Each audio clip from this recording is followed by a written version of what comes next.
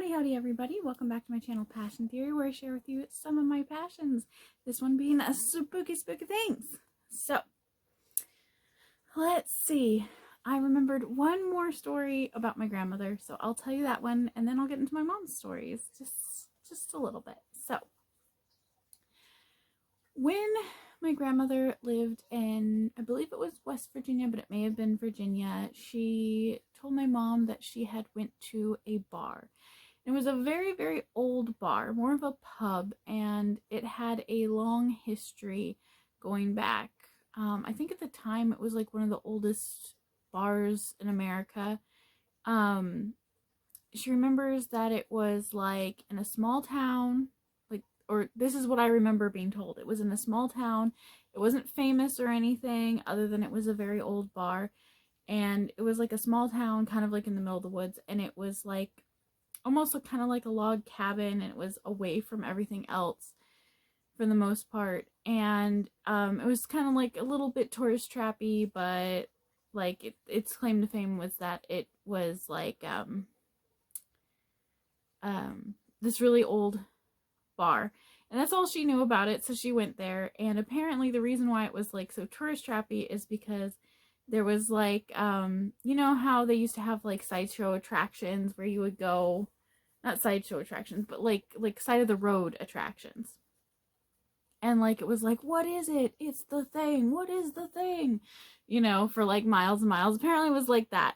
And so she went there, and their whole claim to fame, besides being so old, was that apparently the story goes that one day the devil went to this pub way back in the day, and no one in the pub, like literally this person claimed to be the devil, stated they were the devil, beat everybody at like darts and stuff, and somebody said to prove it, and they went and put their hand on the door, and it burned, their hand burned into the door, like there was a handprint left behind, and that handprint was still there, and it was like a big deal for everybody to go to put their hand on the handprint. And my grandma told my mom about that story. She didn't believe that that's what really happened. She thinks that like just someone got a brand in the shape of a hand and branded the door like way back in the day to like, you know, bring in money. But so I thought that was an interesting story though, still. Okay, so I will tell you some of my mom's stories. Now, again, I can't verify any of the information. I have to do this all from my memory because I went no contact with my mom, so I can't check with her if these things are accurate, if I'm misremembering, because remember the last time I asked her to tell me these stories, I was probably 18, and that's more than 10 years ago, so and I have been told these stories, like, I would probably ask my mom to tell me, like, all of her stories about once a year up until the time I was about 18. It was, like, a thing we did every time something spooky would happen in the house. We'd retell some stories, because I had lots of spooky things happen to me, and I did not share all the spooky things that happened to me with my mom. So, and some of them weren't spooky, they were just weird, just not normal. So, here are my mom's stories. I think my mom has the scariest story. I won't be telling it now, but I will. When that happens, I will preface, this is the scariest story that I know of, right? I will tell you guys when I'm coming to that one. But I'm trying to do it basically sort of in chronological order if I can, unless one of their stories relates to one of my stories very heavily. For example, I'm going to be telling you a story of something that happened to my mom, and almost the exact same thing happened to me at around the same age.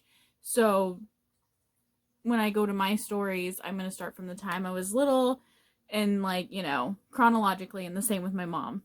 And I tried to do the same with my grandma. So a lot of our stories kind of hook in together because of family history and stuff. So anyway, so the first story I have from my mom was when she was really little, and I'm talking about like 2 years old. Like the family joked around that there was like a ghost in the house because doors would move, stuff like that, like weird stuff was going on. And but it didn't seem to be, it wasn't like Haunted Holler. Like, it didn't seem to be vicious or mean or trying to scare anyone.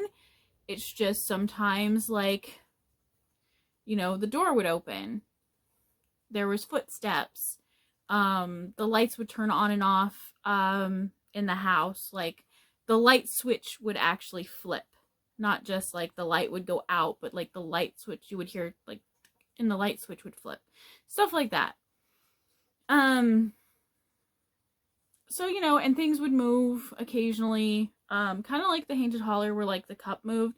Like, occasionally you'd see something move, but for whatever reason at Haunted Holler, every time something happened, you felt like this. It's hard to explain because I've been in a lot of different situations where I've been to places that, or lived in places that are haunted, for lack of a better term. And you can usually feel if things are being done to scare you or unnerve you, or if it's friendly. It's really hard to describe. Like, I feel uncomfortable when things happen no matter what, but when you can tell, it's kind of like if you've ever been into the woods at night, like you're a kid and you're taking out the trash, and you like go to put the trash can out, and you're like, you're fine, but you're kind of like spooked because, or like going down to your basement at night, right? You're fine until you turn your back on the dark. And then all of a sudden, for some reason, you get that like feeling on the back of your neck, like something's like staring at you or coming at you. So you run up the stairs or run back into the house. It's like that feeling of being watched and that creepy feel that goes up your neck. That's what happens in places that have like a negative, malicious feel. Whereas the same thing can happen, the same exact thing. Like, let's say, like in Haunted Holler, the cups would move and stack. That would be like before and after and during that whole situation, you'd get that creepy, I'm being watched by something that wants to hurt me feeling the whole time it was happening. Whereas, like, in my case, let's say I was in a certain house or something and I saw that happen, but that I might be put off by it because it's a weird situation. But if that feeling isn't accompanying it, then it doesn't feel malicious. It just feels like something that's weird that's happening. So you're not scared. Like, it doesn't scare you. So that's how their house felt.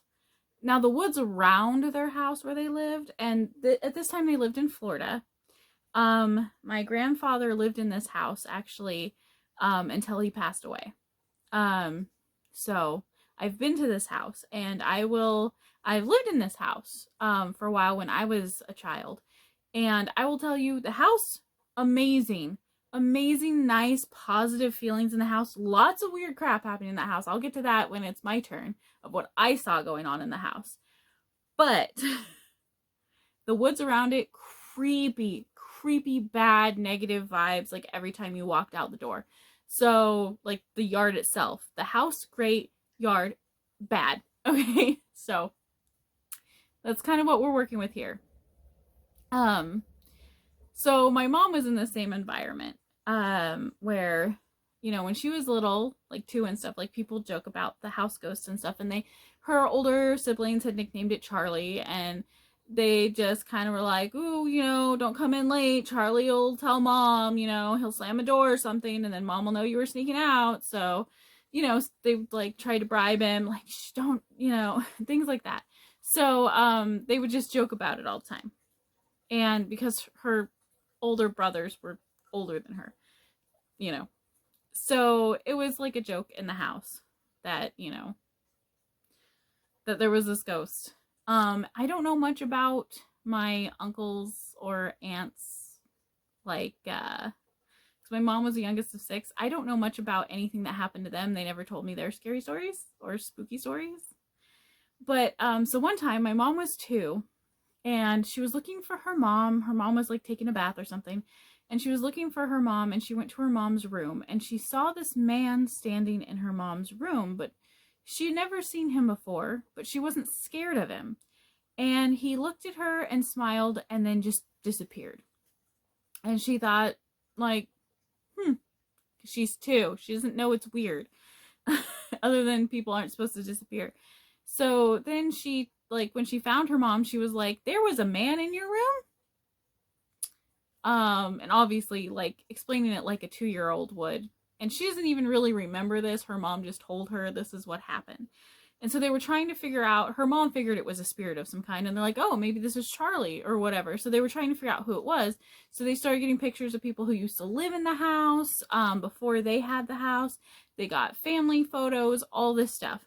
So eventually my mom's mom, my grandma, showed my mother a picture of her father, the one who had been murdered. And she said, yes, that's the man. And he had like very dark hair, but he had like white, like his hair was starting to turn white, and it was starting to turn from like the temples, so it had like streaks that went back, kind of like this. So it was very distinctive. And so after that, they figured that that's who Charlie was my great grandfather, trying to protect the family. And he seemed to really focus on the children and the youngest children. And those are also the children who seem to attract weird things. Like, for example, my mom was the one in her family that seemed to have the most weird paranormal stuff happen to them. My brother did, but my brother had a lot of, he was with my grandmother, so she was able to teach him like how to keep himself safe with like smudging and certain prayers and things like that to clear the air and the energy, things of that nature. Because if you've looked at my other things, my grandmother was half Lakota, so she taught my brother that, but she died before she could teach me that stuff. So I didn't know anything about any of that, and my brother kept it to himself because at the time my grandmother taught him, a lot of that stuff was just becoming legal. And so she told him to keep it a secret because she grew up where you weren't able to, if you were native or indigenous, you were not able to use your beliefs or religion. So she told him to keep it a secret. So I didn't know, and my brother has told me a couple of things that have happened to him, which I'll say too, but he has not told me all of them, I know for sure. So let's see. So that's how they found out, or they believed that Charlie, who was haunting that house, was actually just my great grandfather. But we still just called him Charlie, even though that's not his name. Who was just watching out for the family. So that's the first thing that happened. So, lots of things happened, but let's see. I'm going to tell you one of the stories I thought was really interesting when I was little, and then something happened to me that was eerily similar. So in the neighborhood, there was a yellow house that always had its windows boarded up, but the yard was always immaculate and it always had a fresh coat of paint, but it appeared to be abandoned. Like, you know how kids do, they'll like look in through the windows or try to get into an abandoned house. When they looked inside, there was no furniture or anything, but it was clean. So there didn't appear to be anybody living there. It was a really little house and town that my mom lived in, and her grandmother lived not too far away, so she would frequently walk past that house to get to her grandmother's house. And one time when she was 8 or so, she was walking, and out front, like, she noticed that the little yellow house had no boards on its windows or door, and there were 2 little girls playing outside who asked her to play with them.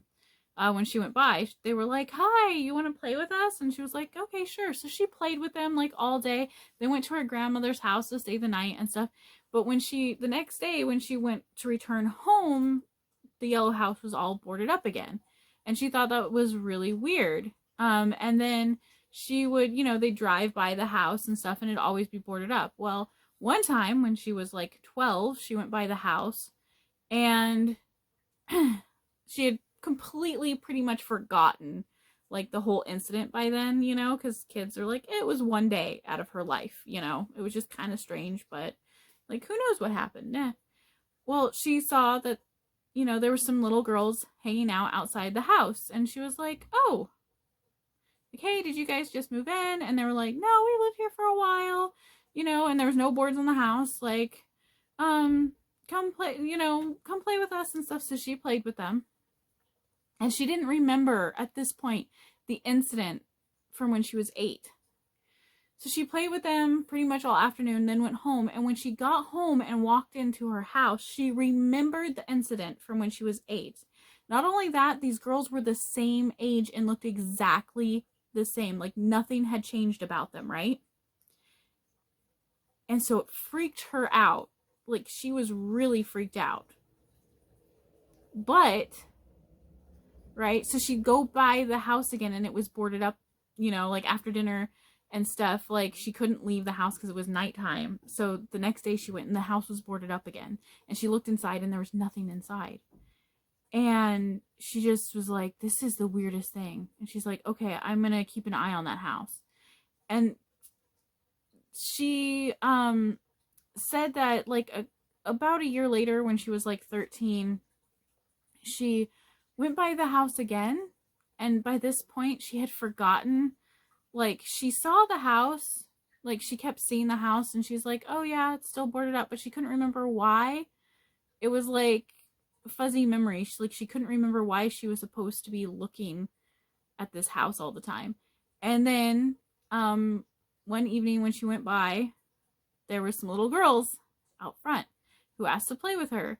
And she was like, okay. So she played with them, went home, and as soon as she got into her front door again, she all of a sudden, bam, remembered the last 2 times this had happened. The girls were still the same age. They were like 8 and 6.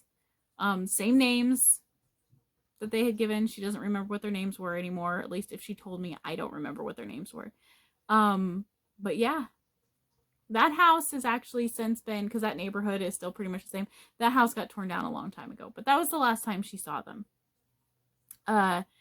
But she didn't forget after that either, though. So she thinks that there was some kind of something going on where if she remembered, they couldn't come back or something like that.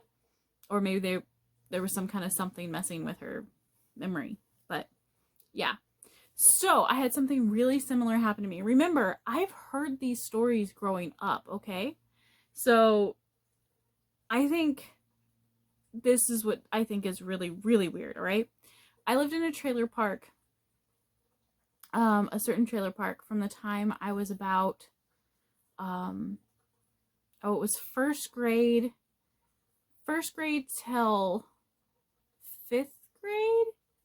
I believe I lived in the same, I didn't live in the same trailer, but I lived in the same, trailer park. We moved from one trailer to a trailer next door at one point. But anyway, so I was in probably 2nd grade at this point. And the trailer park was pretty small. You just kind of wandered all over. There was lots of families, lots of kids. You wandered all over. And there was this one really longer road and like no kids lived down there. So I barely ever went down there. But sometimes I did because there were some plum trees at the end of that road. Like wild growing plum trees. There had been like an orchard here at some point in the past because there was like some apple trees and some plum trees that were just randomly around the like park part. Well, there's some extra plum trees down at the end of this long road, and I was like running around with my friends, and we used to play like all sorts of survival games and stuff, and we'd gather like all these wild foods, like because there was hazelnuts and plums and apples and blackberries, and like we'd gather all these foods and then like, go to our fort with them.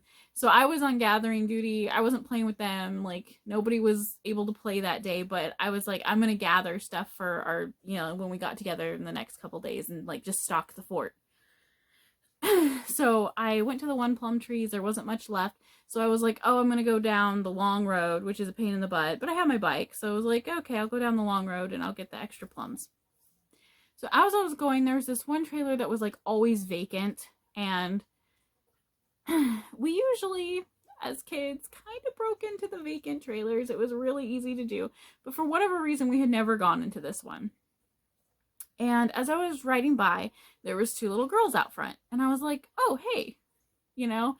And one was like my age, like around, 7. And one was younger, like 4 or 5. And I don't remember their names. I do remember something very, very striking about them to this day. They had that thing where your eyes are different colors. One of them had a all blue eye, and the other eye wasn't brown. It was almost golden. It was like a honey brown. Like, it looked almost golden brown. So it wasn't just a normal brown. And then the other sister, her one eye was the like honey colored eye, and the other eye was like part blue and part that honey color. So I think it's called heterochromia. Gorgeous. Their eyes were gorgeous. I was so jealous. The one sister that had like the half and half had like 3 specks of the honey in her one eye. I remember because I was fascinated with their eyes. Like, it was the first time I'd ever seen that. And I like wanted to look at their eyes like really close, and I was probably kind of rude because I was a kid, but they were fine with it, and they let me look at their eyes, and we played, and we had a really fun time. And then I totally forgot why I was down there. And then, the street lights came on. I had to come home. And then I went by the next day to go get those plums. And I was like, oh, I'll stop by and see if the girls want to play or whatever. And I'll invite them to join our little thing. They weren't there. The trailer was locked up. I looked in the windows. There was nothing in there. And I was like, at this point, I didn't really think much of it, right? Other than I thought it was weird that there was no car outside the trailer. And I hadn't heard anybody, like no parents or anything, but maybe the dad went to work and the mom's inside the house. I hadn't seen anybody. So I went on about my day. Now, it doesn't get weird until about 2 years later. I was going by there again because at this point I did have a friend that lived down that street. I was going to go see if she could play. And so I went down that street and the girls were back. And I was like, oh, hey, I haven't seen you guys in a long time. Because I recognized them because of the eye color. And they didn't look much different. But then again, it had only been like 2 years. So I didn't really think much of it. This time, there was like, we were playing with a, what are they called? Those Easy Bake Ovens. And we tried to plug it into the outlet on the side of the house to get it to work. And they didn't have any of like the powders or anything. It actually looked like a really old Easy Bake Oven that might have been just like abandoned somewhere, maybe in that yard or something. But we were trying to like mess around and play with it, and the outlet didn't work. So, and again, there was no cars, nothing. So I played with them and I left, and then I never forgot these things. I didn't think much of it, right? Because, yeah. And I went by and I looked in their windows again and there was no furniture or anything. Like the next day I was like, oh, hey. And I kind of like looked inside and I thought it was really weird that I couldn't see any furniture from the door. Because a lot of trailers, they have like these door windows that are kind of slatted and you can kind of see inside of them and stuff like that. And the windows aren't very high. So like the windows weren't boarded up or anything. I could get on stuff and look in the windows and I didn't see any furniture. And I was like, that is really, the second time, I was like, that's really weird. Because the first time I had just kind of like gone and knocked on the door, like the next time I wanted to play with them, and there was no answer. And, I hadn't really investigated too much. But this time, I was like starting to get an inkling that something was weird. So the third time, it was about a half a year after the second time. Same thing happened. I was on my way to my other friend's house, saw them, started talking to them. And the only thing I can know about like forgetting things, memories, is that I always forgot how weird like the whole situation was while I was playing with them. And then after I left, like, and got home, like, not always when I got through my door, but like on the walk home where I was like too involved for whatever reason, I never walked back to see if it was abandoned, like after I had gone and played with them. But there was never a car. I never saw an adult. I never saw any electricity in the house, and I never saw any furniture in the house. And it was just always the 2 girls. Now, that was kind of like the third time I was like, this is kind of weird. And I think I did ask him a question like, like, hey, why don't you guys have furniture? And they were just like, oh, we do. And I was like, okay. And that was about it. Um, because I don't know, I was a kid.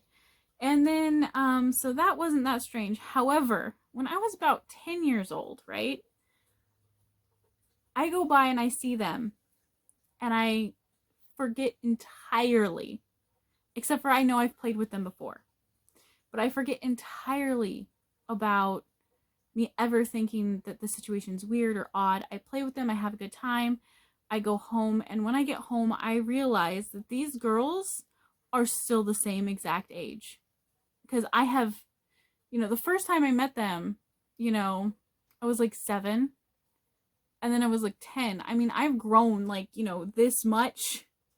Um, it was, that's when it hit me that everything was really weird. So then I rounded up my friends and we went to explore this house. And we got inside easily through one of the windows. Anyway, and we explored and there was no furniture, no sign that anybody lived there ever. Like for and I had just been playing with them like 2 days prior to this.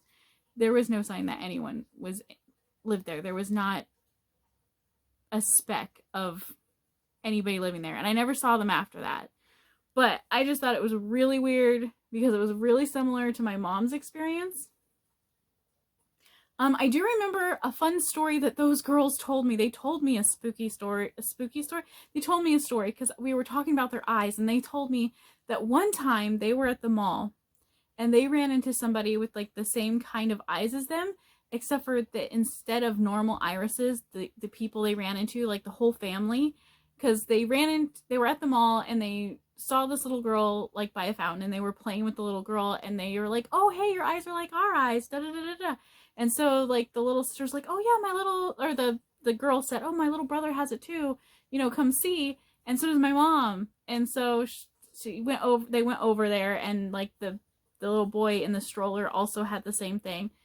And so had the mom. But the weird thing about them was they had like slit pupils, like cat pupils, like their pupils weren't round, they were like up and down. And the little girls that I was playing with said that kind of freaked them out. And so there you go. There's a story told by maybe ghost children or something.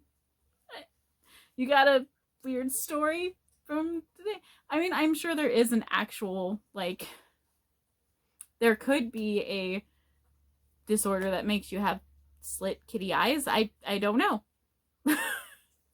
Like, I know that having 2 different colored eyes is a thing. But yeah. But their eyes are still the most gorgeous eyes I've ever seen in my life. Yeah. Yeah. Other than that, they had brown hair. They were always wearing the same clothing. I didn't realize that till the last time I saw them. Yeah. So that is my my story for this time, my spooky story for this time. This one wasn't so spooky so much as just strange. But don't worry, we'll have some even more spooky, scary ones. Alright guys, see you next time. Until then, make room for your own passions. Bye for now!